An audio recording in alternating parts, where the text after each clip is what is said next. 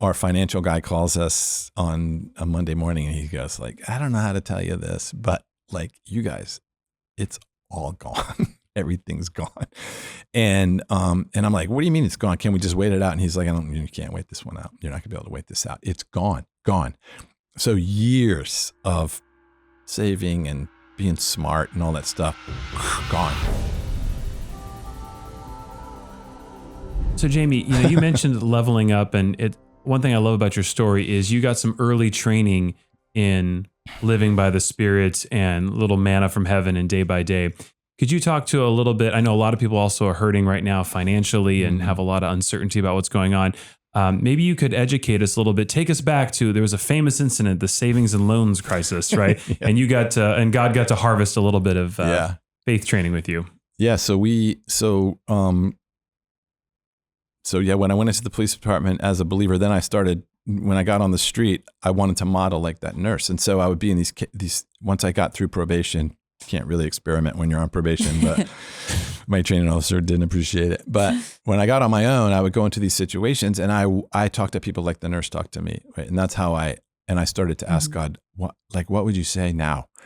What would you say in this situation? Because my training doesn't, how do you stop a domestic dispute? All this. And so I just started to practice and then got up to the level where I was de-arresting people like that and got interviewed and offered a job. Then after all of that, we went to grad school and because I wanted a master's degree in order to go back into the Muslim world at a different level. And so we went to grad school and my wife and I said, we just decided we're not going to work. We're just going to go straight through if God wants us to do grad school. And we had saved a ton of money and sold a house and all. We were like, didn't have to worry about money at all. And so we are going to spend 2 years in grad school under this very famous linguist who was teaching in the US for a short amount of time. So we moved to the state where that was going to happen. And we're there and we have 2 kids at the time. And yeah, Monday morning, it was like Black Sunday, I think they called it in 87. And our financial guy calls us on a Monday morning and he goes like, I don't know how to tell you this, but like you guys, it's all gone. Everything's gone. And I'm like, what do you mean it's gone? Can we just wait it out? And he's like, you can't wait this one out. You're not gonna be able to wait this out. It's gone. So years of saving and being smart and all that stuff, gone. And we had, I don't know, $135 left of years of work and saving. And we had just, for the Lord, turned down another lucrative assignment to go to grad school and just be students. Because I wanted to go straight through and get back out there. And we're sitting there on the couch and we're looking at our bank statement, and that is $100 and something like that. And I was so mad. I was saying to God, you just took away everything we have. And I haven't even paid the tuition yet, where I was going to wait. The next week I was going to pay the tuition for the whole thing. Now I can't pay the tuition, can't pay the house rent. You have 2 kids. And you've been being obedient. That's the worst part, right? It's like you were de-arresting people. You were being obedient. You're like, I did all the tough stuff. I reminded God of all of that. Yeah, I did. In detail, a lot of detail. Yeah, that's just like, and this is why you need to be joined together with another beautiful, true identity in your partner, because Donna, it didn't faze her. And she looked at it. It was hilarious. And I was furious and like, what are we going to do?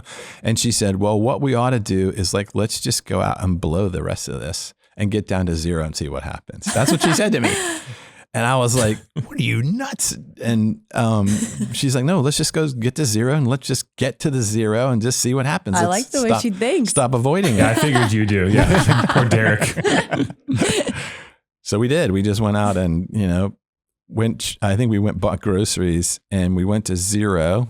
This is back when you could buy groceries for under $137. Yeah, that's right. Back in those days. Yeah, exactly. And we went to 0. And then we went all the way through grad school, never working, never borrowing any money. And we paid everything in cash on the dates that was needed all the way through. Okay. 2 years of. You have to. I know you have so many cool stories, but give us some examples of how, just really so people can be encouraged. And we know results may vary. This is not a blanket guarantee, but God met your needs like manna from heaven. What are some examples? It's exactly, and it is manna from heaven. It's not a big prosperity. It's like there was enough when there needed to be enough, and it was so liberating because you get to realize what are we afraid of?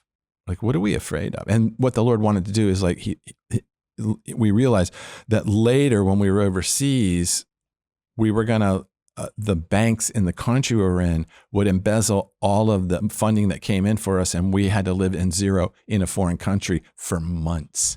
Wow. He was training us. Everything is about preparation for the next level up. And so in grad school, we'd never lived like that before, zero. And the Lord's like, I don't want you to work. I want you to go to grad school. I will take care of. So we had to pay the tuition. And so what it does is like you get on your face before the Lord and say, okay, what's the strategy? What's the plan? How do we do this? We're willing to do it. We don't know how. Tell us how to do it. And so 2 days before the tuition's due, there's a letter in our mailbox, and it was from this couple. Yeah, hey, we were praying for you guys. We know you're on a journey.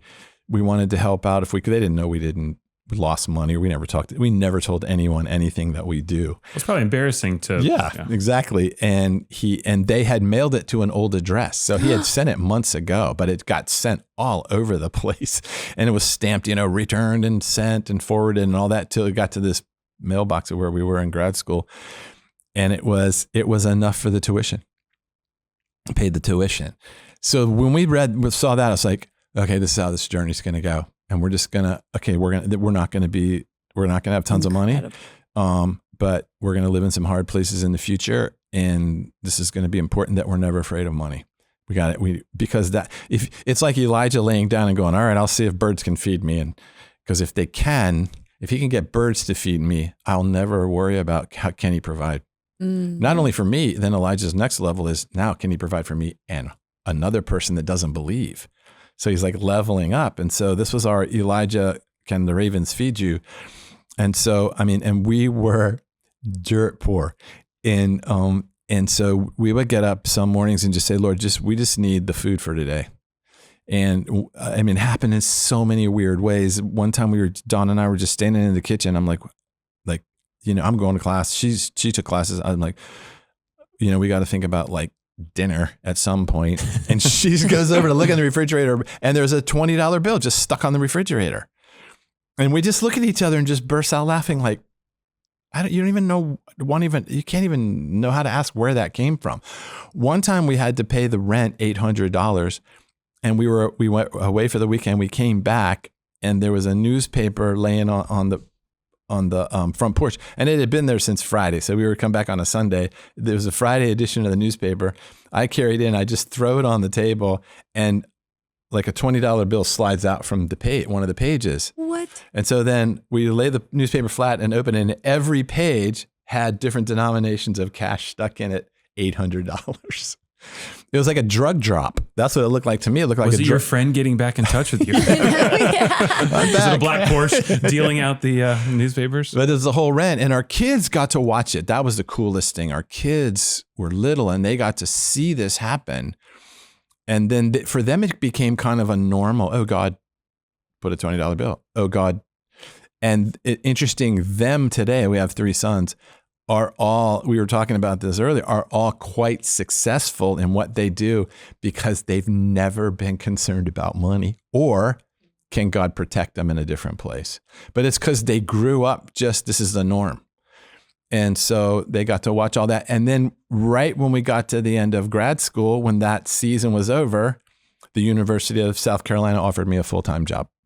It was just like Israel entered the land and no more manna. But God said, I want you to know that you never have to worry about me taking care of you, because whether you're in, abundance or whatever, that'll never be a factor in how you make a decision. Never. One of our professors in grad school said, never ask how much a job pays until you make sure God said to take it. Then ask him how much it pays. Oof.